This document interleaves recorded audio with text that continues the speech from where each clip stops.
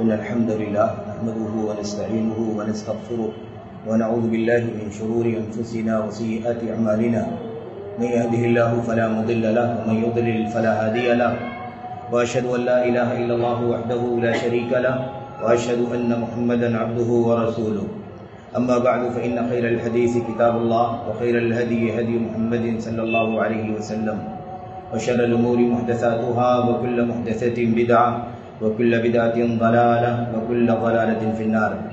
أعوذ بالله من الشيطان الرجيم. بسم الله الرحمن الرحيم. ومن آياته أن خلق لكم من أنفسكم أزواجا لتسكنوا إليها وجعل بينكم مودة ورحمة إن في ذلك لآيات لقوم يتفكرون.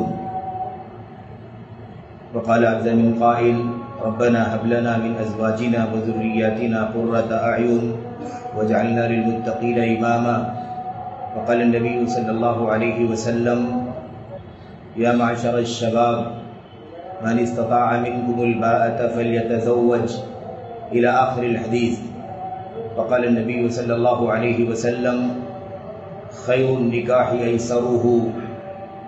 وقال النبي صلى الله عليه وسلم إن أعظم النكاح بركة أيسره مؤونة. وقال عليه الصلاة والسلام إن أعظم النساء بركة أيسرهن مؤونة، أو كما قال النبي صلى الله عليه وسلم. وجاء عن النبي صلى الله عليه وسلم فيما روت عائشة رضي الله عنها قالت قال النبي صلى الله عليه وسلم إن من يمن المرأة تيسير صداقها وتيسير خطبتها وتيسير رحيمها، او كما جاء عن النبی صلی اللہ علیہ وسلم. برادران اسلام، دین اور ملی بھائیوں، نوجوان دوستوں، احباب اور بزرگوں، قابل احترام ماں اور بہنوں، عزیز بچوں، اللہ تبارک و تعالیٰ کا یہ بے پایا فضل ہے، اس کا انعام ہے، احسان ہے کہ اللہ تبارک و تعالیٰ نے ہمیں اور آپ کو بیش بہا نعمتوں سے نوازا. اللہ عز و جل نے ہماری زندگی کی ضروریات کی تکمیل کے اسباب مہیا فرمائے. ہماری فطری ضروریات کے لیے دین اسلام کے اندر بہت ہی زیادہ موزوں، متوازن، بہت ہی زیادہ مناسب اور قابل اطمینان قوانین اور شریعت کے احکام نافذ فرمائے. اللہ تبارک و تعالیٰ کی حمد کریں، اللہ کا شکر ادا کریں کہ اللہ تعالیٰ نے ہمیں اور آپ اسی اسلام کا ماننے والا بنایا ہے جس میں یہ ساری خوبیاں اللہ عز و جل نے اتار دی ہیں. یہ ساری خوبیاں اللہ تبارک و تعالیٰ نے اس دین اسلام کے اندر یکجا اتار دی. یہ خوبیاں کسی ایک جگہ، کسی ایک دین کے اندر اسلام سے بیشتر اکٹھا نہیں مل سکتی. ہمیں اللہ تبارک و تعالیٰ کی طرف سے یہ سعادت حاصل ہے، یہ فضل ملا ہے، یہ اللہ تبارک و تعالیٰ کی طرف سے اعزاز ملا ہے کہ ہم اسلام کی چھاؤں میں زندگی گزار رہے ہیں. اسلام کی تعلیمات کے مطابق زندگی گزارنے کا اللہ تبارک و تعالیٰ نے موقع عطا فرمایا ہے. قرآن کریم کی آیات میں، نبی کریم صلی اللہ علیہ وسلم کی حدیث میں امت کے سلف، صحابہ کرام، تابعین، تبع تابعین اور ان کے بعد کے جو ائمہ، محدثین اور اس وقت تک اور قیامت تک آنے والے لوگ بھی اسی نہج پر چلیں. اس پوری تاریخ میں ہمارے لیے بہت زیادہ عبرت ہے، بہت زیادہ ہمارے لیے نصیحت. ہمیں چاہیے کہ ہم زندگی کے ہر گوشے میں اسلام کو حرز جان بنائیں، اپنے لیے سعادت کا ذریعہ سمجھیں. اسلام ساری کی ساری تعلیمات کے ساتھ ہم سب کے لیے رحمت ہے. کوئی حصہ ہم قبول کر لیں اور اسے اپنی رحمت کا ذریعہ بنا لیں، کوئی حصہ اپنی نفس پرستی کے مطابق نہ ہونے کی بنیاد پر چھوڑ دیں. یہ ہماری اور آپ کی مسلمانیت نہیں ہے. اسلام استسلام کی تعلیم دیتا ہے. اسلام یعلمنا الاستسلام، اسلام ہمیں تعلیم دیتا ہے، سبق دیتا ہے کہ ہم تابع دار بن جائیں، ہم سر تسلیم خم کر دیں اللہ کی کلام کی آیات کے سامنے، اللہ کے نبی صلی اللہ علیہ وسلم کی سنتوں کے سامنے. امت کے سلف کی سیرت کو اپنی زندگیوں میں نافذ کریں. ہمیشہ ایمان و عقائد کے مسائل، اسی طرح سے عبادات کے مسائل ہوں یا ایسی زندگی کے اور گوشوں میں، حتیٰ کہ ہم اور آپ جسے اپنی سماجی زندگی کا حصہ سمجھتے ہیں، معاشرتی زندگی کا حصہ سمجھتے ہیں، ان چیزوں میں بھی ہم کتاب و سنت کو اپنے سامنے رکھیں. اللہ کے نبی صلی اللہ علیہ وسلم کے صحابہ جو پوری انسانیت کے لیے، اگلی نسلوں کے لیے آئیڈیل بنا دیے گئے ہیں، ان کی زندگیوں کو اپنے سامنے رکھیں تاکہ صحیح طور پر اسلام کی رحمتوں سے فائدہ اٹھائیں. اور یہ بات اپنی دلوں میں اچھی طرح سے بٹھا لیں، اپنے ذہن و دماغ میں اچھی طرح سے پیوست کر لیں کہ اسلام کی جتنی تعلیمات کو اپنی نفس پرستی سے آزاد ہو کر ہم اپنائیں گے، اتنا ہی زیادہ ہم اپنی زندگیوں میں امن و سکون اور راحت کا، میرے بھائیوں، راحت کا نمونہ دیکھیں گے۔ اور جتنی زیادہ مخالفت یا جتنی کم مخالفت، کم بیش مخالفت کے مطابق ہم اپنی زندگیوں میں اس کا اثر محسوس کریں گے۔ اسی لیے اس کی سب سے بڑی دلیل یہ ہے کہ صحابہ کرام کا جو معاشرہ تھا، مدینے کا جو سماج تھا، اس کے بعد سے لے کر آج تک 14 صدیوں سے زیادہ کا عرصہ گزرا اور اس کی پوری تاریخ ہمارے سامنے ہے، اور قیامت تک آنے والی جو مدت ہے اس کے حوالے سے بھی پیشین گوئیاں نبی کریم صلی اللہ علیہ وسلم کی ہمارے سامنے ہیں۔ آپ کو، ہم کو اتنا زیادہ امن والا، سلامتی والا معاشرہ نہیں ملے گا۔ آج تک اتنا زیادہ امن، اتنی زیادہ راحت، اتنی زیادہ رحمت و برکت، اتنے زیادہ سکون اور اطمینان کا معاشرہ ہمیں اور آپ کو نہ ملا ہے اور نہ آگے مل سکتا ہے۔ اس کے پیچھے اور کون سا راز ہو سکتا ہے؟ اس کے پیچھے کوئی راز نہیں ہے میرے بھائیوں، نہ کوئی اس کی وجہ مادی ہے، نہ اس کی وجہ کوئی دنیا کی ترقیات ہیں، نہ اس کی وجہ جدید ٹیکنالوجی ہے، نہ اس کی وجہ کوئی اور فلسفہ اور کوئی انسان کا اپنا نظریہ اور اس کی اپنی سوچ ہے۔ اس کے پیچھے ایک ہی جواب ہے کہ اس معاشرے میں سب سے زیادہ انسانیت کی تاریخ کا سب سے زیادہ، میرے بھائیوں، کتاب و سنت کے نظام کی بالادستی رہی ہے، اور اللہ کے نبی صلی اللہ علیہ وسلم کی سنتوں کی جستجو اور اس کی تلاش، اس پر عمل اور عمل کرنے کا جذبہ، عمل کرنے میں اخلاص اور للہیت کا ماحول جتنا اس سماج کے اندر پایا گیا، اس کے بعد کسی اور سماج میں نہیں پایا گیا۔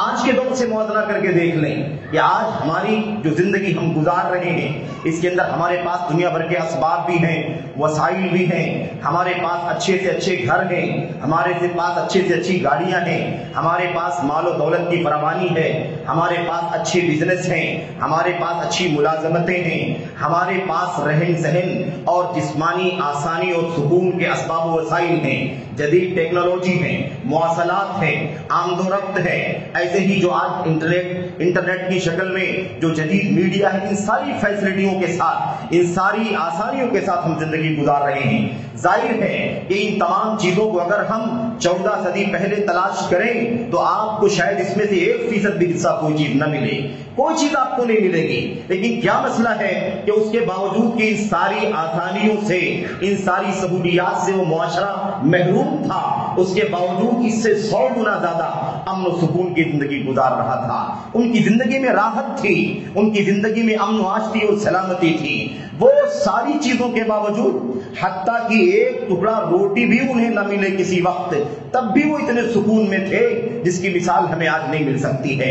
میرے بھائیوں، انہیں فاقہ بھی کرنا پڑتا تھا، انہیں کسی ایک ٹائم کا کھانا ملتا تھا، دوسرے ٹائم کا نہیں ملتا تھا، کبھی وہ تحفے اور ہدیے کا بھی انتظار کیا کرتے تھے، کبھی کھجور اور پانی پر بھی گزارا کر لیا کرتے تھے۔ نبی کریم صلی اللہ علیہ وسلم کی گھرانے کی خود اپنی بات ہے کہ 2-2 3-3 مہینے چولہا نہیں جلتا تھا، کھجور اور پانی پر، ہدیے اور تحائف پر گزارا ہوا کرتا تھا۔ اس کے باوجود حالت یہ تھی کہ اس معاشرے کو آج ہمارے لیے آئیڈیل بنا دیا گیا، اور قیامت تک کے آنے والی نسلوں کے لیے اس معاشرے کو مثال بنا دیا گیا، اس طبقے کو مثال بنا دیا گیا۔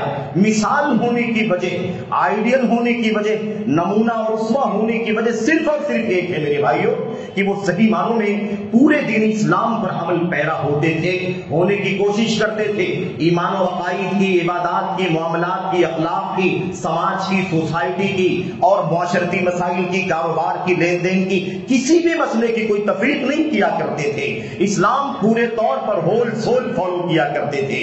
یا ایھا الذین آمنوا، یا ایھا الذین آمنوا ادخلوا فی السلم کافہ، اے ایمان والو پورے کے پورے اسلام میں داخل ہو جاؤ۔ جب پورے کے پورے اسلام میں داخل ہو جاؤ گے تو پورے کی پوری سلامتی بھی تمہیں مل جائے گی۔ جب پورے کے پورے اسلام میں آؤ گے تو پورا اللہ تبارک و تعالیٰ کی طرف سے کیا ہوا وعدہ رحمتوں کا، نعمتوں کا، خیر و بھلائی کا تمہیں ملے گا، حاصل ہوگا۔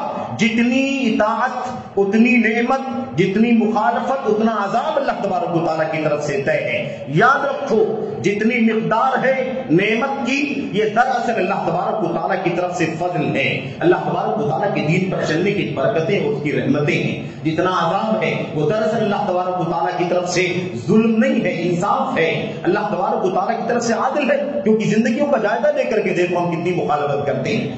آج ہم اپنی بات کر کے دیکھ لیں میرے بھائیوں، مسلمانوں میں تو بہت سارے طبقے، بہت سارے فرقے، بہت سارے لوگ ہیں، لیکن ہم آپ زیادہ بات نہ کریں، بہتر یہ ہے کہ اپنے نفس کی اصلاح کی بات کریں، اپنی ذات کی اصلاح کی بات کریں، اپنے قریب کی، قریبیوں کی، آس پاس کے لوگوں کی اصلاح کی بات کریں، خاص طور پر جو کتاب و سنت کے حاملین ہیں، جنہیں اللہ تبارک و تعالیٰ نے کتاب و سنت کا مسلک عطا فرمایا ہے، جنہیں اللہ تبارک و تعالیٰ نے صحابہ کرام کو، تابعین کو، تبع تابعین کو اور ان کے نقش قدم پر چلنے والوں کو اپنا آئیڈیل بنانے کی توفیق عطا فرمائی ہے، ان کی بات کر لیتے ہیں کہ آئیے ذرا ہم سب مل کر کے جائزہ لیں اور دیکھیں کہ ہماری اور آپ کی زندگیوں میں الحمدللہ صحیح اسلام کے حامل ہیں ہم، لیکن ہماری زندگیوں میں اس صحیح اسلام کا کتنا گوشہ ہماری زندگیوں میں ہے اور کتنا گوشہ مفقود ہے، کتنا گوشہ پایا جاتا ہے، کتنے گوشے میں خلل پایا جاتا ہے۔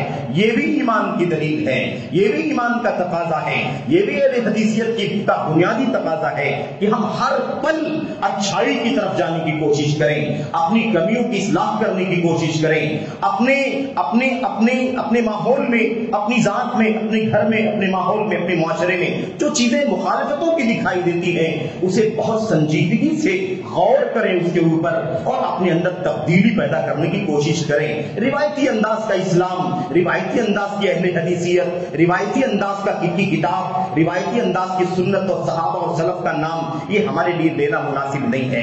ایسا نہیں ہونا چاہیے کہ ہم روایتی انداز کے اہل حدیث بن جائیں اور ہماری زندگیوں میں صحیح معنوں میں اہل حدیثیت کا تقاضا ہر پہلو پر نہ پایا جاتا ہو۔ اہل حدیثیت کا صرف کتاب و سنت کا نام لے کر کے عقیدہ توحید اسی کا نام ہے، صرف اور صرف عقیدہ توحید بنیاد ہے، اور اس عقیدہ توحید کا، اس سے عقیدہ توحید کا اعتراف، اس کا اعتراف اور اس کی تصدیق اسی وقت درست ہو سکتی ہے جب اس کے تقاضوں کے مطابق پورے طور پر دین اسلام پر عمل کریں۔ ہم اور آپ سمجھ لیں میرے بھائیوں کہ صرف اور صرف اہل حدیثیت چند فقہی مسائل میں مخالفت کرنے کا نام نہیں ہے، عدم تقلید کی بات کرنے کا نام صرف اور صرف اہل حدیثیت نہیں ہے، قبر پرستی کی رد کرنے کا نام ہی اہل حدیثیت نہیں ہے۔ بلا شبہ یہ ساری چیزیں اہل حدیثیت کی اساس ہیں، کتاب و سنت کی بنیاد ہیں، لیکن اس کا مطلب یہ نہیں ہے کہ اور چند پہلو ایسے ہیں جو بہت ہی زیادہ اہمیت کے ہیں ہم اسے فراموش کر دیں، اسے سیکنڈری درجہ دے دیں، یا اس کی اہمیت نہ سمجھیں، یا ان میں مخالفت کرنے کو مخالفت نہ سمجھیں، یا اسے ہم ہلکے میں لے لیں کہ کوئی مسئلہ نہیں ہے، اس کا تعلق تو سماج سے ہے، اس کا تعلق تو کاروبار سے ہے، اس کا تعلق تو لین دین سے ہے، اس کا تعلق تو شادی بیاہ سے ہے، نکاح و طلاق سے ہے، اس سے کون سا دین ایمان جانے والا ہے، اس سے کون سا عقیدہ چلا جائے گا، اس سے کون سا ہم اہل حدیثیت سے باہر نکل جائیں گے۔ ایسے ہم نہ بنے میرے بھائیوں۔ ہمارا کام یہ ہے کہ ہم جب اہل حدیث کہتے ہیں اپنے آپ کو، سلفی کہتے ہیں، کتاب و سنت کے عامل کہتے ہیں، اس کا مطلب یہ ہوتا ہے کہ راہ سلف کی ایک ایک چھوٹی چھوٹی بات کو بھی ہم تلاش کرتے ہیں، ہر جگہ آئیڈیل تلاش کرتے ہیں، ہر جگہ نمونہ تلاش کرتے ہیں، عقیدے میں آئیڈیل ڈھونڈتے ہیں، ایمان میں آئیڈیل ڈھونڈتے ہیں، ایسے ہی عبادات کے اندر، معاملات کے اندر آئیڈیل ڈھونڈتے ہیں۔ تو ہماری زندگی میں ہماری ذمہ داری یہ بھی ہے کہ اپنی زندگیوں کا بنیادی ایک بہت بڑا کام جس کو ہم شادی بیاہ سے جانتے ہیں، جس کو ہم نکاح شرعی کے نام سے جانتے ہیں، اس حوالے سے بھی سلف کی زندگی کو اپنے سامنے رکھیں۔ ایسا نہ ہو کہ ہم میرے بھائیوں ادھر تو ایمان و عقائد اور عبادات کے معاملے میں تو اہل حدیث رہیں، لیکن یہ شادی بیاہ کا مسئلہ، یہ نکاح طلاق کا مسئلہ، اس میں اہل حدیث نہ رہ جائیں، اس میں دنیا کی دوڑ میں بھاگتے رہیں اور لوگوں کی دیکھا دیکھی نہ جانے کتنی مخالفتیں شعوری طور پر یا غیر شعوری طور پر کرتے رہیں۔ یہ اگر ہم کریں تو پھر میرے بھائیوں واقعی اپنے آپ کو ملامت کرنے کی ضرورت ہے، اپنی اہل حدیثیت کو میرے بھائیوں کوسنے کی ضرورت ہے کہ کیسی اہل حدیثیت ہے، کیا اس کا تعلق خالی کتاب کی، اس کا تعلق ایمان و عقائد اور عبادات سے ہی ہے، کیا اس کا تعلق سماج سے نہیں ہے، کیا اس کا تعلق لین دین اور کاروبار سے نہیں ہے، کیا اس کا تعلق شادی بیاہ اور نکاح و طلاق سے نہیں ہے، کیا اس کا تعلق رشتے ناطے سے نہیں ہے، کیا اس کا تعلق رحم سے نہیں ہے، ہر چیز سے ہے میرے بھائیوں۔ تو اسلام پورا کا پورا یہ اہل حدیثیت کا نام ہے، اسلام پورا کا پورا سلفیت ہے، اسلام پورا کا پورا میرے بھائیوں سلف کا طریقہ ہے، ہمیں چاہیے کہ ہم اس حوالے سے غور کریں۔ یہ بات ہم نے تمہید میں اس لیے کہی اور لمبی گفتگو اس لیے کی کہ یہ ایک مسئلہ ہے جو ہمارے اندر ہر جگہ پایا جانا چاہیے، کوئی گوشہ نہ چھوٹے۔ میں گفتگو نکاح کے بارے میں کروں گا تھوڑی سی چند آیات اور احادیث کی روشنی میں، لیکن میری بات کا مطلب یہ نہیں ہے، تمہید اس لیے ہم نے گفتگو آپ کے سامنے کی ہے تاکہ ہم یہ ہمیشہ یاد رکھیں کہ اہل حدیثیت کسی ایک پہلو کا نام نہیں ہے، عبادت کا پہلو ہے، عقیدے کا پہلو ہے، ایمان کا پہلو۔ اہل حدیثیت پورے دین اسلام کا نام ہے، جس کے اندر ایمان و عقائد کا مسئلہ بھی ہے، عبادات کا مسئلہ بھی ہے، فرائض بھی ہیں، واجبات بھی ہیں، سنن بھی ہیں، مستحبات بھی ہیں، فضائل بھی ہیں، اولا بھی ہیں، ساری کی ساری چیزیں موجود ہیں۔ اور اسی کے ساتھ ساتھ محرمات سے اجتناب بھی ہے، ممنوعات سے اجتناب بھی ہے، ایسے ہی مکروہات سے اجتناب کرنا بھی ہے۔ اور میرے بھائیوں ایسی چیزیں جو غیر مناسب ہیں، ایسی غیر مناسب چیزوں سے بھی جو معمولی چیزیں ہیں اسے بھی چھوڑ دینا اہل حدیثیت کا حصہ ہونا چاہیے۔ تو یا ایھا الذین آمنوا ادخلوا فی السلم کافہ، اے ایمان والو پورے کے پورے اسلام میں داخل ہو جاؤ بلا تفریق۔ اور اسی لیے صحابہ کرام کی سیرت میں آتا ہے کہ وہ کہا کرتے تھے کہ اللہ کے دین پر عمل کرو، کتاب اللہ پر سنت پر عمل کرو، یہ نہ کہو کہ یہ فرض ہے یہ سنت ہے، یہ نہ کہو کہ اس کا حکم یہ ہے اس لیے کروں گا، اس کا حکم یہ ہے یہ نہیں کروں گا، اس لیے نہیں۔ اس طرح کی تفریق کر کے کچھ مانو کچھ نہ مانو، کسی کی اہمیت بڑھا دو تو بڑھا دو اور دوسری چیزوں کی اہمیت ایسے گھٹا دو کہ اس کی کوئی قیمت باقی نہ بچے، یہ نہیں ہونا چاہیے۔ یہ ہمارا دکھ ہے، یہ ہمارا زخم ہے میرے بھائیوں، ہمارے سماج کا زخم ہے، ہمارے محلے کا اور ہمارے گھروں کا زخم ہے، ہم ایسے ہی حالات سے گزر رہے ہیں۔ اس لیے میرے بھائیوں نکاح کا جو مسئلہ ہے اس کے حوالے سے ایک بات دو بات عرض کرنا چاہتا ہوں۔ دیکھیے نکاح کا جو مسئلہ ہے اس وقت چونکہ نکاح کا چونکہ کافی ماحول ہے اور اس وقت کافی ہمارے بھائیوں نے نکاحوں کے پروگرام طے کر رکھے ہیں، صبح و شام نکاح کے کام کے پروگرام طے ہو رہے ہیں، عقد ہو رہے ہیں، ولائم کھائے جا رہے ہیں وغیرہ، اس لیے مناسب سمجھا گیا کہ کچھ باتیں اس حوالے سے اپنی ذات کو سمجھانے کے لیے اور آپ حضرات تک یہ پیغام پہنچانے کے لیے عرض کر دی جائے۔ اللہ سے دعا ہے کہ اللہ تبارک و تعالی ہم سب کو عمل کرنے کی توفیق عطا فرمائے۔ اس میں جو مسئلہ خاص طور پر آپ کے سامنے عرض کرنے کا ہے میرے بھائی وہ یہ ہے کہ عقد نکاح دین کا حصہ ہے، عقد نکاح سماج کا حصہ نہیں ہے صرف اور صرف، یہ سماجی مسئلہ نہیں ہے، یہ دین کا مسئلہ ہے، یہ اسلام کا مسئلہ ہے، یہ شریعت کا مسئلہ ہے، یہ اللہ کے نبی صلی اللہ علیہ وسلم کی زندگی میں موجود ہے۔ آپ کی قولی سنت ہے، آپ کی فعلی سنت ہے، آپ کی ترغیبی سنت ہے۔ آپ صلی اللہ علیہ وسلم سے پہلے جو انبیاء دنیا کے اندر آئے، رسول آئے، ان سب کی زندگیوں میں بھی نکاح رہا۔ تو نکاح فطرت ہے، فطرت کی ضرورت ہے، فطرت کا تقاضا ہے۔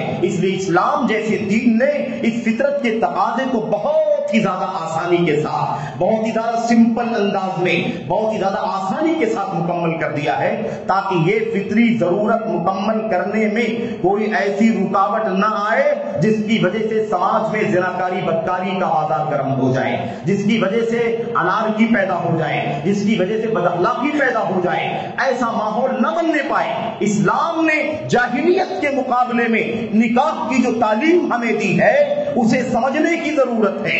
جاہلیت میں کیا تعلق، کیا تصور تھا نکاح کا میرے بھائیوں، وہ بڑا عجیب و غریب مسئلہ ہے اور لمبی بات ہے، اس کا تذکرہ کرنا یہاں اس کا موقع نہیں ہے اور نہ اس کی ضرورت ہے۔ آپ اتنا سرسری طور پر جانیں کہ زناکاری بدکاری کی نہ جانے کتنی شکلیں، نہ جانے کتنی قسمیں زمانے جاہلیت کے اندر عام تھی، نہ جانے کیسے کیسے لوگوں نے زناکاری بدکاری کے راستے کھول رکھے تھے، مردوں نے بھی عورتوں نے بھی۔ اسلام نے اس گندگی سے، اس غلاظت سے مسلمانوں کو، اسلام کے ماننے والوں کو نکالا، تو نکال کر کے جو نکاح کا نظام بنایا وہ کتنا ستھرا نظام ہوگا، کتنا زیادہ آئیڈیل نظام ہوگا، کتنا زیادہ فطرت اور طبیعت کے مطابق ہوگا، کتنا زیادہ فطری تقاضوں کو پورا کرنے والا ہوگا، اس کا اندازہ آپ لگا سکتے ہیں۔ میرے بھائیوں نکاح کو ہم سماج کا کام نہ سمجھیں، صرف اور صرف محض شہوت کا کام نہ سمجھیں۔ نکاح کسے کہتے ہیں؟ نکاح کسے کہتے ہیں؟ قرآن کریم کے اندر نکاح کا لفظ، زواج کا لفظ حدیثوں میں آیا ہوا ہے بار بار۔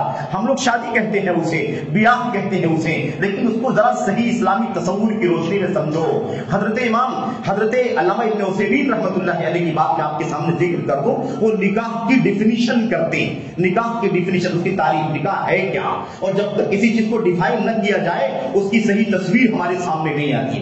کہتے ہیں نکاح کے بارے میں عقد یا تعاقد بین رجل و امرأة، ایک ایسا عقد ہے، ایک ایسا ایگریمنٹ ہے، معاہدہ ہے، ایک مرد اور ایک عورت کے بیچ میں، یقصد بہ استمتاع کل منہما بالآخر، جس کا ایک مقصد تو یہ ہے کہ یہ مرد و عورت ایک دوسرے سے جنسی طور پر اطمینان حاصل کریں گے، جنسی طور پر لطف اندوز ہوں گے۔ اس کے بعد دوسرا مسئلہ سمجھنے کا ہے، آگے کہتے ہیں وَتَكْوِينُ أُسْرَةٍ صَالِحَةٍ وَمُجْتَمَعٍ مُسْلِمٍ۔ نکاح کا بنیادی مقصد کیا ہے میرے بھائیوں؟ یہ جو استمتاع ہے، لطف اندوزی، اس کے بعد جو بنیادی مقصد ہے، جو اس کا نتیجہ ہے، جو اس کا حاصل ہے، کہتے ہیں تکوین اسرۃ صالحہ، ایک صالح سماج، ایک صالح خاندان وجود میں آئے، ایک نیک خاندان وجود میں آئے، اور ایک بہت ہی زیادہ ستھرا ہوا، بہت ہی زیادہ صالح اور نیک اور بہت ہی زیادہ کتاب و سنت کی روشنی میں زندگی گزارنے والا سماج تشکیل پائے، اس کا وجود ہو۔ یہ نکاح کا مقصد ہے، نہ صرف جنسی تعلق ہے، نہ صرف سماجی تعلق ہے، نہ کوئی رسم و رواج کی چیز ہے، نہ کوئی روایت ہے کسی قوم کی، یہ سراپا دین ہے، سراپا کتاب و سنت کی تعلیم ہے، اور انسانی فطرت کے تقاضے کو پورا کرنے کا سب سے بہترین طریقہ اگر کسی دین کے اندر موجود ہے تو دین اسلام کے اندر موجود ہے۔ اب اس عقد کے سلسلے میں ہم آپ جان لیں، اس عقد کو اللہ کے نبی محمد رسول اللہ صلی اللہ علیہ وسلم نے کتنا زیادہ آسان رکھا ہے۔ کیوں معلوم آپ کو؟ کیونکہ اس کا تعلق شہوت سے ہے، اس کا تعلق فطری تقاضے سے ہے، جو جنسی جذبات انسان کے اندر اللہ تبارک و تعالیٰ نے فطری طور پر پیدا کیے، ایک مرد کے اندر، ایک عورت کے اندر، اس کو صحیح طور پر استعمال کیا جائے، اس کو صحیح انداز میں استعمال کیا جائے، اس کا نتیجہ صحیح نکلے، اس کے ذریعے سے کوئی ایسا عمل انجام نہ پائے جو میرے بھائیوں اسلام کی مخالفت ہو اور انسان کے لیے بے عزتی کا ذریعہ ہو، انسان کی حیثیت کو سماج اور معاشرے میں گھٹا دینے والا ہو، اس کی عزت چلی جائے، اس کی ناک کٹ جائے، ایسا کوئی کام نہیں ہونا چاہیے۔ اس لیے اسلام نے نکاح کو اتنا آسان کیا ہے، بہت ہی سمپل ہے۔ میں دو تین باتیں آپ کے سامنے عرض کرنا چاہتا ہوں۔ ایک بات تو یہ عرض کرنا چاہتا ہوں کہ اللہ تبارک و تعالیٰ نے اپنی کتاب میں، اللہ کے نبی نے اپنی سنت میں اس نکاح کی بنیاد، اس عقد کی بنیاد دو چیزوں پر رکھی ہے، تیسری کوئی چیز نہیں ہے، تیسری چیز اضافی ہے، اگر آئے تو ٹھیک، نہ آئے تو اسے بنیاد نہیں بنایا جا سکتا۔ دو چیزیں، ایک ہے دین و ایمان اور دوسرا ہے اخلاق، دین و ایمان اور اخلاق، دو چیزیں، اس کے سوا کوئی تیسری چیز نہیں ہے جسے اللہ تبارک و تعالیٰ نے اپنی کتاب میں اور اللہ کے نبی صلی اللہ علیہ وسلم نے اپنی سنت میں مسلمانوں کے لیے نکاح کے مسئلے میں میرے بھائیوں بنیادی حیثیت دی ہو، کوئی اور چیز نہیں۔ میں آپ کو بتاؤں، قرآن کریم میں اللہ تبارک و تعالیٰ نے بار بار یہ بات بیان فرمائی کئی سیاق میں، ہم نے ایک آیت کریمہ آپ کے سامنے پڑھی ہے۔ اللہ تبارک و تعالیٰ فرماتا ہے کہ وَمِنْ آيَاتِهِ أَنْ خَلَقَ لَكُمْ مِنْ أَنفُسِكُمْ أَزْوَاجًا لِتَسْكُنُوا إِلَيْهَا وَجَعَلَ بَيْنَكُمْ مَوَدَّةً وَرَحْمَةً۔ اللہ فرماتا ہے اللہ کی نشانیوں میں سے، اللہ کی نعمتوں میں سے ایک نعمت ہے۔ یہ کیا ہے؟ اللہ تبارک و تعالیٰ کی نعمتوں میں سے ایک نعمت، اللہ تبارک و تعالیٰ کی نشانیوں میں سے ایک نشانی کیا؟ اللہ تعالیٰ نے مرد کو پیدا کیا ہے اور اسی کی جنس کی عورت کو پیدا کیا ہے، اور نکاح کا رشتہ دونوں کے بیچ میں اللہ تبارک و تعالیٰ نے شریعت کے اندر داخل کر دیا ہے، اور اس کا پیچھے مقصد کیا ہے؟ اللہ فرماتا ہے دونوں کے درمیان اللہ تبارک و تعالیٰ نے فطری محبت پیدا کر دی ہے، فطری محبت پیدا کر دی ہے، رحمت پیدا کر دی ہے۔ یہ اللہ تبارک و تعالیٰ کی نعمتوں میں سے ایک نعمت ہے، اللہ تعالیٰ کی نشانیوں میں سے ایک نشانی۔ ایسے ہی قرآن کریم کی دوسری آیت کریمہ اللہ تبارک و تعالیٰ فرماتا ہے ربنا هب لنا من ازواجنا وذرياتنا قرة اعين واجعلنا للمتقين اماما۔ اللہ فرماتا ہے دعا کرتے ہوئے ان لوگوں کا تذکرہ اللہ تبارک و تعالیٰ نے فرمایا، دعا کا، اللہ فرماتا ربنا حب لنا من ازواجنا وذریاتنا قرۃ اعین۔ اے اللہ تبارک و تعالیٰ تو ہمیں ہماری بیویوں کے ذریعے سے، ہمارے بال بچوں کے ذریعے سے ہمیں اپنی آنکھوں کی ٹھنڈک عطا فرما۔ تو آنکھوں کی ٹھنڈک ہے یہ بیوی، آنکھوں کی ٹھنڈک ہے یہ بچے۔ میرے بھائیوں یہ کوئی جنسی تعلق صرف اور صرف نہیں ہے، اس کے ذریعے سے فطری طور پر انسان سکون محسوس کرتا ہے، فطری تقاضے پورا کرتا ہے، اور ایک امن اور سکون کی زندگی گزارتا ہے۔ اور جب یہ رشتہ آسانی کے ساتھ سماج اور معاشرے میں انجام پاتا ہے تو معاشرہ زناکاری سے پاک ہوتا ہے، معاشرہ بدکاری سے پاک ہوتا ہے، معاشرہ اعلام حرام سے پاک ہوتا ہے، معاشرہ دیگر بہت سارے جرائم سے اور گناہوں سے پاک ہو جاتا ہے۔ لیکن اگر اسی نکاح کے پاکیزہ رشتے کو مشکل بنا دیا جائے تو واقعی پھر سماج کے اندر بدکاریاں عام ہونے لگتی ہیں اور اس کی روک تھام کا کوئی راستہ باقی نہیں بچتا ہے۔ تو ایمان و عقیدہ یہ بنیادی چیز، اللہ کے نبی محمد رسول اللہ صلی اللہ علیہ وسلم نے ارشاد فرمایا اذا جاءکم یا لو جاءکم من ترضون دینه وخلقه فزوجوه الا تفعلوا تكن فتنة في الارض وفساد عريض۔ اللہ کے نبی صلی اللہ علیہ وسلم نے فرمایا جب تمہارے پاس کوئی شخص رشتہ لے کر کے آئے، جب تمہارے پاس کوئی رشتہ لے کر کے آئے جس کا دین اچھا ہو، جس کے اخلاق اچھے ہو، دین پسندیدہ ہو، اخلاق اچھے ہو، تو اس سے رشتہ کر دو، فزوجوه، تو اس سے رشتہ کر دو، الا تفعلوا، اور اگر ایسا نہیں کرو گے، اگر تم ایسا نہیں کرو گے، تکن فتنة فی الارض وفساد عریض، تو روئے زمین میں بڑا فتنہ برپا ہوگا اور بہت لمبا چوڑا فساد پھیل جائے گا۔ یہ فتنہ اور یہ فساد کیا ہے؟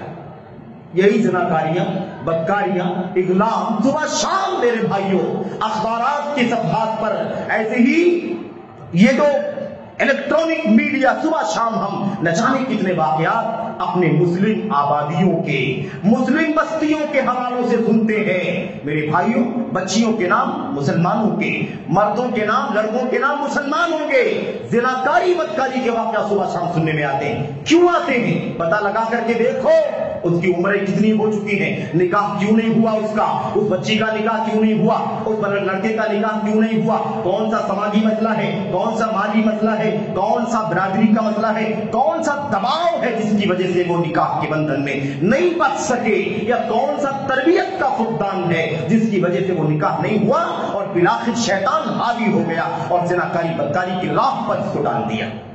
میرے بھائی یہ ہمیں غور کرنے کی ضرورت ہے۔ دین اور اخلاق کی بنیاد ہمیں ہمیں یاد رکھنی ہے۔ اسی بات کو اللہ کے نبی محمد رسول اللہ صلی اللہ علیہ وسلم نے فرمایا تھا کہ عورتوں سے، لڑکیوں سے نکاح جو لوگ کرنا چاہتے ہیں، لوگوں کی کئی ترجیح ہوتی ہے۔ کوئی مال کی ترجیح دیتا ہے، کوئی مال کو ترجیح دیتا ہے، کوئی خوبصورتی کو ترجیح دیتا ہے، کوئی حسب نسب اور خاندانی شرافت کو ترجیح دیتا ہے، اور کوئی دین اور ایمان کو ترجیح دیتا ہے۔ یاد رکھنا دین کو ترجیح دینا، فاظفر بذات الدین تربت یمینک، تم دیندار لڑکی کو ترجیح دینا، دیندار لڑکے کو ترجیح دینا، اس کی بنیاد پر نکاح کر لینا۔ اللہ کے نبی صلی اللہ علیہ وسلم نے فرمایا تمہارے ہاتھ مٹی میں مل جائیں۔ اللہ کے نبی صلی اللہ علیہ وسلم کی حدیث میں بتاتی ہے کہ اسلام کے اندر نکاح کی بنیاد اسلام ہے، اسلام کے اندر نکاح کی بنیاد دین ہے، ایمان ہے، صحیح عقیدہ ہے، عبادات ہے، اخلاق ہے۔ اس کے سوا کسی اور چیز کو اسلام نے بنیاد نہیں بنایا۔ فرمایا اسی کو ترجیح دو۔ اب اس کے بعد خاندانی شرافت بھی ہے، اس کے بعد مال و دولت بھی ہے، اس کے بعد بھی اور بھی خوبی ہے، تو اچھی بات ہے، کوئی حرج کی بات نہیں، لیکن دین کو ترجیح دو میرے بھائیوں۔ دینداری دیکھ کر کے، اخلاق دیکھ کر کے اپنے بچوں کے نکاح کر دیا کرو، لڑکیوں کے نکاح کر دیا کرو، ورنہ سماج کے اندر جو پنپتے جرائم دکھائی دے رہے ہیں اس کی شرح بڑھتی چلی جا رہی ہے۔ مسلم بستیوں کے اندر بھی اتنے واقعات زنا کاری کے بدکاری کے سننے میں آ رہے ہیں کہ مسلم سماج کا سر شرم سے جھک جاتا ہے۔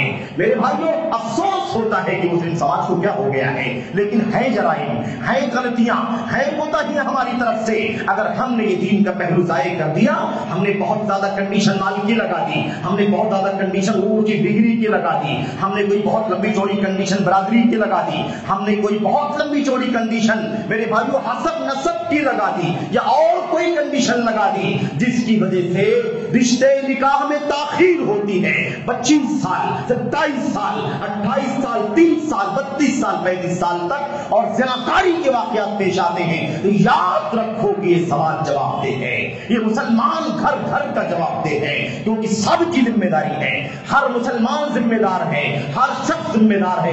کلکم راع وکلکم مسئول عن رعیتہ، تم میں سے ہر شخص ذمہ دار ہے۔ اللہ تبارک و تعالیٰ ہر ایک سے اپنی ذمہ داری کے بارے میں سوال کرے گا۔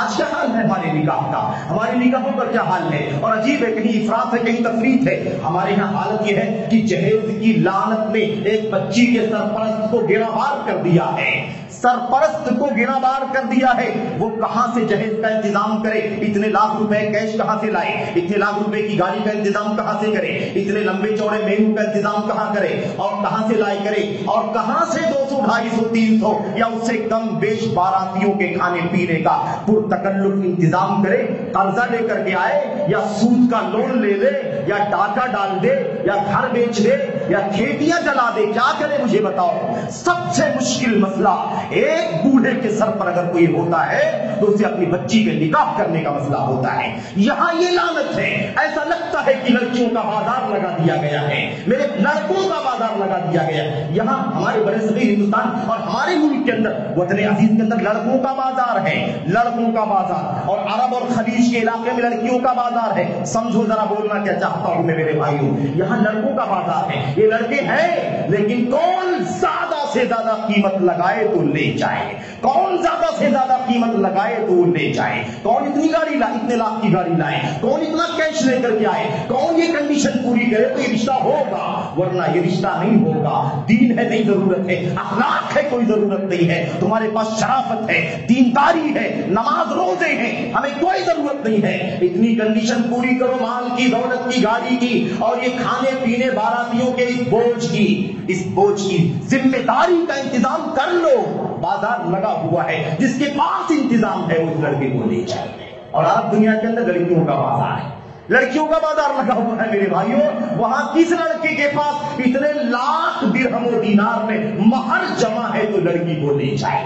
یہ حالت بن گئی ہے۔ ہم نے نکاح کو نکاح نہ رکھا، ہم نے اسلامی نکاح کو نکاح مسنون کہتے ہیں۔ ہم کہاں کا مسنون ہے میرے بھائیوں؟ کیوں بدنام کیا جاتا ہے اس نکاح کو؟ ہم نے بدنام کر رکھا ہے۔ نکاح مسنون ہے کتاب میں، نکاح مسنون ہے سنت میں، نکاح مسنون ہے صحابہ کی زندگیوں میں۔ ہمارے سماج کا نکاح کتنا مسنون ہے، ذرا دل پر ہاتھ رکھ کر کے اور کتاب و سنت پر نگاہیں رکھ کر کے جائزہ لے لو کہ تمہارے ہمارے نکاح کتنا مسنون ہے، کتنا سنت کے مطابق ہے۔ یہ نکاح مسنون ہے ضرور، لیکن ہم نے اسے بدنام کر رکھا ہے، ہم نے سب سے مشکل بنا دیا ہے، سب سے زیادہ اسے ٹرم سے، کنڈیشن سے، مال سے اور دیگر ساری شرطوں سے اسے بوجھل بنا دیا ہے۔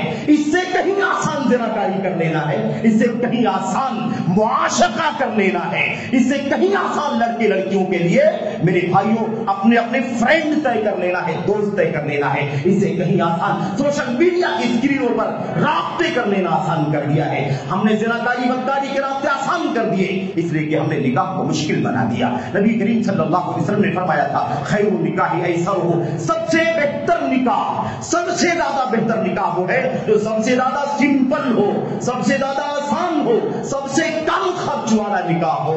اس نکاح کو سب سے بہتر نکاح نبی محترم صلی اللہ علیہ وسلم نے کیا ہے۔ آج تو مقابلہ آرائی چل رہی ہے، مقابلہ آرائی اوپر کی طرف چل رہی ہے۔ کوئی ذرا اللہ کے نبی کے صحابہ کے زمانے کا نکاح کر کے دکھائے، بتائے کہ مثال قائم ہم نے کی ہے، ہماری بچی کا نکاح سنت کے مطابق ہوا جیسے صحابہ کرام کیا کرتے تھے، جیسے نبی نے نکاح کیا اپنی ذات کا، نبی نے نکاح کیا اپنی بیٹیوں کا۔ وہ مثال کون قائم کرے گا؟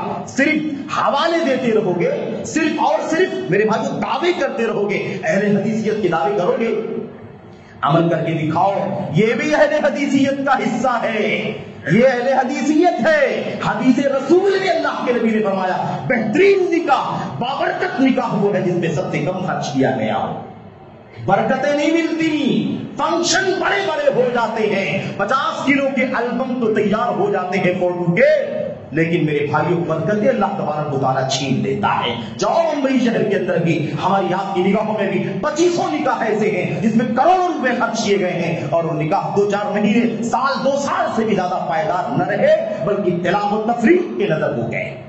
یہ بے برکتی ہے نہیں ہے تو کیا ہے؟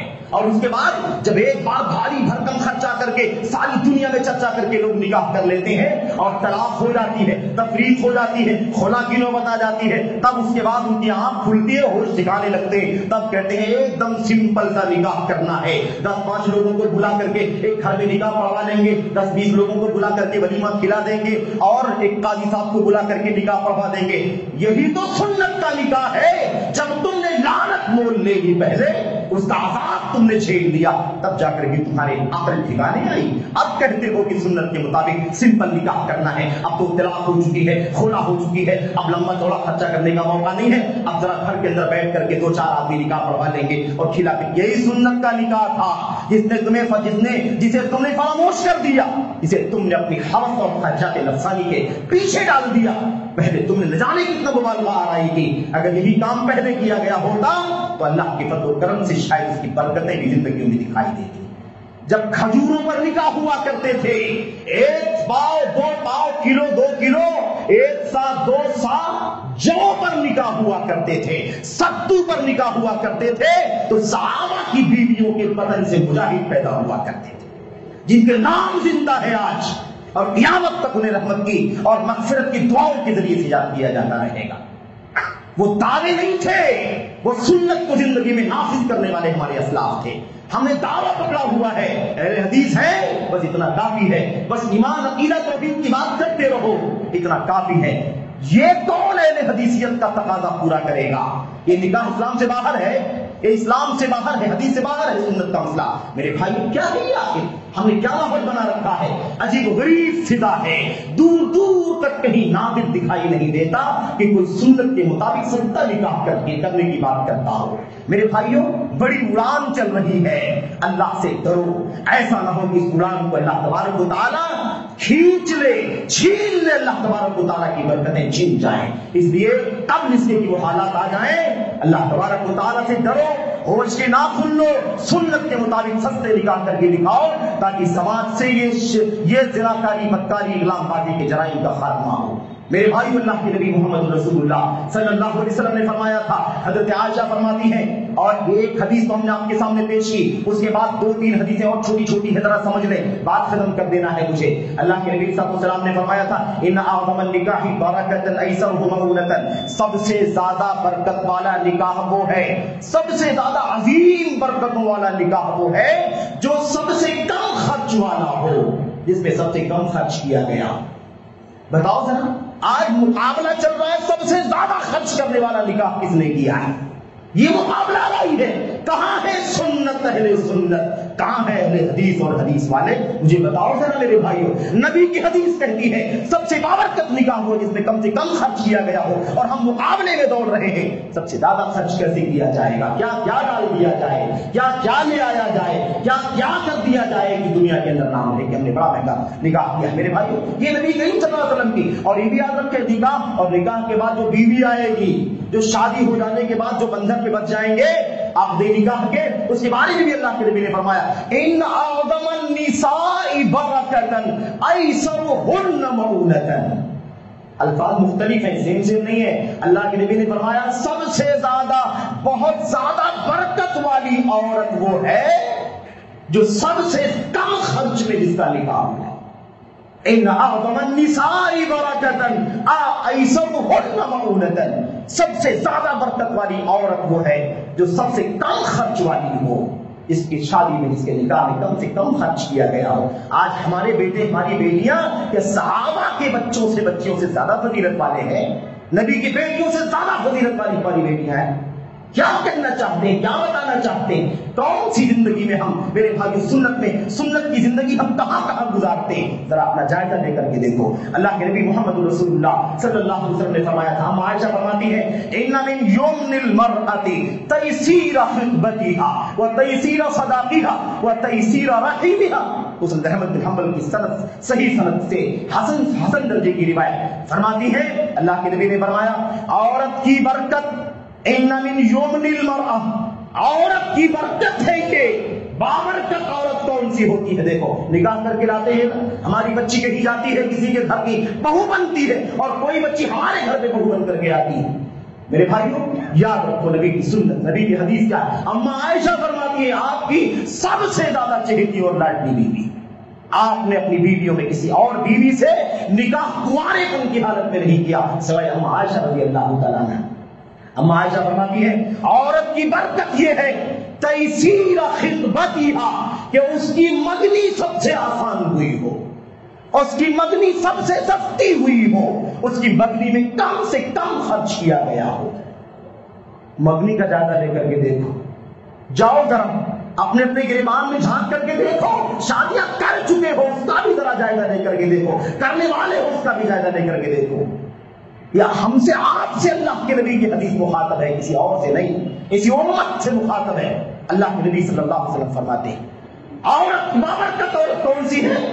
جس کا پیغام نکاح، جس کی منگنی سب سے زیادہ آسان ہوئی ہو. منگنی میں اتنے پیسے خرچ ہوتے ہیں کہ آج اس مادی دور میں بھی دسیوں بچوں کے نکاح ہو سکتے ہیں. یہ حالت ہم نے کر دی، ہم نے یہ حالت ہم نے سماج بگڑ گیا ہے. سماج کسی پتھر کا کسی پرندے کا نام نہیں ہے، یہ ہم سب مل کر کے سماج بنتے. کوئی تو آگے آئے کہ ہم سنت کے مطابق نکاح کر کے دکھائیں. لوگ کہتے ہیں ہماری حیثیت ایسی ہے، ہماری حیثیت اتنی ہے، فلاں کی حیثیت کروڑوں کی ہے، فلاں کی حیثیت اربوں کی ہے. یہ حیثیت اپنی جگہ پر رہے، نبی کی سنت امت کے سب کے لیے ہے. آپ نے تفریق نہیں کی ہے کہ آپ کی حیثیت بہت زیادہ ہے تو آپ قارون کی دولت لٹائیں گے. ایسی کوئی ہدایت نبی کریم صلی اللہ علیہ وسلم کی نہیں. کیا صحابہ کرام میں دولت مند لوگ نہیں تھے؟ کیا صحابہ کرام میں اچھی حیثیت کے لوگ نہیں تھے؟ سب کے سب فقیر نہیں تھے. الحمدللہ وہ صحابہ بھی تھے جن کے پاس ایسی دولت تھی جس کا اندازہ آج بھی نہیں لگایا جا سکتا ہے. ایک جنگ میں 1,000 دینار دینے والے صحابہ کرام تھے، 300 اونٹ کا انتظام کرنے والے صحابہ کرام تھے. لیکن شادیاں کیسے کی تھی؟ وہ آئیڈیل لاؤ صحابہ کا، وہ آئیڈیل لاؤ سلف کا. تب جا کر کے سلفیت کے دعوے صحیح ہوں گے، تب جا کر کے حدیثیت کے دعوے صحیح ہوں گے، ورنہ یہ دعوے رہ جائیں گے میرے بھائیو. تو کہنے کا مطلب یہ ہے کہ یہ سب باتیں بیکار کی ہیں. اتنی حیثیت کا ہے تو اب وہ بہرحال کو لٹائے گا، بہت مبالغہ کرے گا، فضول خرچی کرے گا اور دنیا بھر کے کام کرے گا، اور صحیح بھی غلط بھی منکر بھی رسم بھی رواج بھی اور ماحول کو عجیب و غریب انداز میں تبدیل کر دے گا. اس کی اجازت نہیں ہے. ایک سنت کا طریقہ ہے نکاح کا، اسی طریقے کے مطابق آپ کو، ہم کو، سب کو کرنا چاہیے. میرے بھائی کو یہ کوشش ہونی چاہیے، تب جا کر کے سماج زراکاری بدکاری سے پاک ہوگا، ورنہ کوئی سماج کو بدکاریوں کی لعنت سے آزاد نہیں کر سکتا. حالات بگاڑ دیں گے. جب نکاح مشکل ہوگا زناکاری بدکاری آسان ہو جائے گی میرے بھائی. اور جب نکاح آسان ہوگا تو زناکاری بدکاری کا دروازہ ہی نہیں کھلے گا، بند رہے گا، کیونکہ حلال طریقے سے نکاح کیا جائے گا. بہرحال اللہ کے نبی نے فرمایا صلی اللہ علیہ وسلم نے ان من یمن المرأة تیسیر خطبتها، عورت کی برکت یہ ہے کہ اس کا پیغام نکاح، اس کی منگنی آسان ہو، سستی ہو، سمپل ہو، وتیسیر صداقها، اور اس کا مہر سمپل ہو. ہم نے شروع میں ہی کہا کہ دو بازار لگے، ایک ہمارا بازار ہے لڑکوں کا اور ایک عرب خلیج کا بازار ہے لڑکیوں کا. وہاں لڑکے تو دولت مند آئے، مالدار آئے تو لے کر کے جائے، یہاں لڑکیاں اگر دولت مند آئے تو وہ لے کر کے جائے. ایسا لگتا ہے یہ نکاح نہیں رہا، یہ تو کاروبار ہو گیا، یہ تو ڈیل ہو گیا، یہ تو ایگزیبیشن ہو گیا، یہ تو حراج ہو گیا، لڑکیوں لڑکوں کی خرید و فروخت کا رویہ ہو گیا. اس کا سنت کے اسلام سے، سنت سے اس کا کیا تعلق ہے میرے بھائی؟ سنت کے نکاح کی مثال دیکھنی ہے تو سیرت کا مطالعہ کر کے دیکھو کیسے نکاح کھڑے کھڑے چند منٹوں میں نکاح ہو گئے. کوئی پیسہ نہیں، کوئی دولت نہیں، کوئی جاب نہیں، کوئی حیثیت نہیں، صرف دین موجود تھا، اخلاق موجود تھا. اللہ کے نبی صلی اللہ علیہ وسلم نے بلا تاخیر مجلس بھی بدلنے نہیں دیا، اسی مجلس میں نکاح پڑھا دیا. اس لڑکے کو بھی پاک دامنی کے راستے پر ڈال دیا، اس بچی کو بھی پاک دامنی کے راستے پر ڈال دیا. وہ بھی زناکاری بدکاری سے محفوظ ہو گیا، وہ بھی زناکاری بدکاری سے محفوظ ہو گئی. یہ طریقہ تھا سنت رسول صلی اللہ علیہ وسلم. ہم نے مشکل سے ہم نے مزید مشکلات پیدا کرنی شروع کر دی. میرے بھائیوں، میرے بزرگوں، میری حیثیت ہے میں اڑا کر کے نکاح کر لوں گا، فضول خرچ کر کے نکاح کر لوں گا. یہ سماج کہاں جائے گا؟ اس کی فکر کون کرے گا میرے بھائی؟ سب اپنی مانی کرو گے، ہم سب اپنی مرضی کے مطابق کریں گے تو سماج کا کیا ہے؟ وہ طبقہ کہاں جائے گا جس کے پاس یہ حیثیت نہیں ہے، جس کے لیے زناکاری آسان ہے، بدکاری آسان ہے، بوائے گرل فرینڈ بنانا آسان ہے، جنسی تعلقات قائم کرنا آسان ہے، اور دین ایمان بیچ کر کے کورٹ میرج کر لینا آسان ہے. ایسے نہیں ہماری لڑکیاں، مسلم بچیاں غیر مسلم لڑکوں کے ساتھ جا رہی ہیں. اس کے پیچھے ایک وجہ نہیں ہے، بہت ساری وجوہات ہیں، اور اس میں سے ایک بہت بڑی وجہ نکاح کو مشکل بنا دینا بھی ہے. اس سے کوئی صرف نظر نہیں کر سکتا. کوئی کہتا تربیت کا فقدان، کوئی کہتا ہے کالج لائف ہے، کوئی کہتا ہے جاب کا معاملہ ہے، کوئی بتا عصری تعلیم کا معاملہ، سب ہے ٹھیک ہے، لیکن ہم نے کیا کیا ہے؟ وہ اصل مسئلہ نکاح کا ہم نے اسے آسان تھا مشکل بنایا کہ نہیں بنایا. اس کی وجہ سے تو کئی جناکاریاں بھی ہو رہی. میرے بھائی آخری بات، اللہ کے نبی صلی اللہ علیہ وسلم کی حدیث میں کیا ہے؟ تیسیر رحمھا، عورت کی برکت میں یہ بھی شامل ہے کہ اس کا رحم آسان ہو، اس کے رحم کی آسانی. اس کے بارے میں حضرت عروہ رحمۃ اللہ علیہ جو تابعی ہیں وہ بیان کرتے ہیں کہ اس کا معنی ہے کہ ایک عورت اگر شادی ہو گئی اس کی اور اللہ تبارک و تعالیٰ جلد سے جلد مثال کے طور پر میرے بھائیو حمل قرار پا گیا اور جلد سے جلد بچے کی پیدائش ہو گئی اور عافیت کے ساتھ ساری چیزیں انجام پا گئی تو یہ اس عورت کی برکت کا ایک حصہ ہے. میرے بھائی عورت کی برکت کے بارے میں 3 باتیں اللہ کے نبی نے فرمائی. تینوں کا تعلق نکاح سے، پیغامی نکاح سے، مدنی سے، مہر سے، پیدائش سے. یہ عورت کی برکت کا حصہ ہے. ہم نے برکتوں کو ضائع کرنے کا راستہ پکڑ لیا ہے. اللہ ماشاءاللہ. اللہ سے دعا کرتے ہیں کہ اللہ تبارک و تعالیٰ ہمیں اور آپ کو صحیح معنوں میں اہل حدیث بننے کی توفیق عطا فرمائے، پورے کے پورے دین اسلام پر عمل کرنے کی توفیق عطا فرمائے. یا ایھا الذین آمنوا ادخلوا فی السلم کافہ ولا تتبعوا خطوات الشیطان. شیطان کے نقش قدم پر نہ چلو. آج بارات کا بوجھ بلا وجہ کس نے بلایا ان باراتیوں کو؟ اس غریب بچی کے سرپرست نے دعوت دی. 150-200 لوگ آ کر کے مسلط ہو کر کے ہمارے پاس کھانا کھاؤ اور مینو کا مطالبہ کرو. ایک آدمی کے پیچھے 1000 روپیہ 800 روپے کا اور اس سے بھی کم زیادہ کا کھانا لگتا ہے. کیوں بوجھ ڈالتے ہو میرے بھائیو؟ کھلانا ہے تو کل ولیمہ جب کرنا تو بلا کر کے سب کو کھلا دینا. اس غریب کے سر پر کیوں بوجھ ڈالتے ہو؟ اسلام میں کون سی دلیل ہے بارات کے لیے؟ بارات کے لیے کون سی دلیل ہے؟ ایسا کام بن گیا ہے بارات کا کہ نکاح کے نام پر بارات سے زیادہ اونچا لفظ کوئی نہیں ہے جو بولا جاتا. اس کا اسلام سے نکاح سے کوئی تعلق نہیں میرے بھائی. اور جہیز کی لعنت. اللہ تبارک و تعالیٰ نے قرآن کریم میں فرمایا ہے کہ ہم نے مرد کو قوام بنایا ہے. الرجال قوامون علی النساء. مرد عورتوں پر حاکم ہے، ذمہ دار ہے، سرپرست ہے. کیوں اونچا بنایا اللہ تبارک و تعالیٰ نے مرد کو؟ اس لیے کہ وہ اس غریب لڑکی سے مانگے، پیسہ مانگے، دولت مانگے، گاڑی مانگے، کیش مانگے. یہ تو بھکاریوں کا کام ہے. اللہ نے اللہ تعالیٰ نے میرے بھائیوں اونچا بنایا ہے، حاکم بنایا ہے، ذمہ دار بنایا ہے. 2 وجوہات سے بنایا ہے. اللہ نے فرمایا بما فضل اللہ بعضکم علی بعض. ایک بات تو یہ کہ اللہ نے فطری طور پر مرد کو فضیلت عطا فرمائی ہے عورت کے اوپر. دوسری چیز وَبِمَا أَنفَقُوا مِنْ أَمْوَالِهِمْ. دوسری بات فضیلت کی وجہ یہ ہے کہ یہ مرد عورتوں پر مال خرچ کرتے ہیں. مرد کا کام خرچ کرنا ہے، خرچہ مانگنا نہیں ہے. اسی لیے فضیلت ہے. اور فضیلت نہیں ہے اگر ہم نے الٹا کرنا شروع کر دیا. مرد کی فضیلت اس لیے کہ وہ دیتا ہے، خرچ کرتا ہے. میرے بھائیو ابھی نکاح ہوا نہیں، منہ کھولتے بھی شرم نہیں آتی، حیا نہیں آتی. اتنے لاکھ روپے کیش چاہیے، ایسا کھانا چاہیے، ایسی گاڑی چاہیے، یہ وسائل چاہیے، فیسلٹی چاہیے. حرام ہے میرے بھائی، اللہ کی قسم حرام ہے مطالبہ کرنا، زیادتی کرنا. لوگ کہتے مانگتے نہیں ہے، دیتا ہے لڑکی والا. تم نے، ہم نے، سماج نے یہ بوجھ اس کے اوپر ڈال دیا ہے. مجبور ہو کر کے دیتا ہے، مجبور ہو کر کے دیتا ہے. اگر نہیں دو گے، سب دیتے ہیں، پنا دیتے ہیں، وہ نہیں دے گا تو اس کے بچے کے ساتھ سلوک اچھا نہیں ہوگا. سلوک اچھا نہیں ہوگا، ٹارچر کیا جائے گا، ستایا جائے گا، اس کا جینا مشکل کر دیا جائے گا. یہ عام طور پر حالات ہیں میرے بھائی. اللہ سے دعا کرتے ہیں کہ اللہ تبارک و تعالیٰ ہم سبوں کو، اللہ تبارک و تعالیٰ پورے دین اسلام پر چلنے کی توفیق عطا فرمائے، صحیح معنوں میں اہل حدیث بننے کی توفیق عطا فرمائے، صحیح معنوں میں ہمیں سلفیت کی راہ پر چلنے والا بنائے. آمین رب العالمین. صلی اللہ وسلم وبارک علی نبینا محمد وعلی آلہ وصحبہ اجمعین. السلام علیکم ورحمۃ اللہ. الحمدللہ نحمده ونستعینه ونستغفره. اللهم صل علی محمد وعلی آل محمد كما صليت على ابراہیم وعلى آل ابراہیم انک حمید مجید. اللهم بارک علی محمد وعلى آل محمد كما باركت على ابراہیم وعلى آل ابراہیم انک حمید مجید. سبحان ربک رب العزة عما یصفون وسلام علی المرسلین.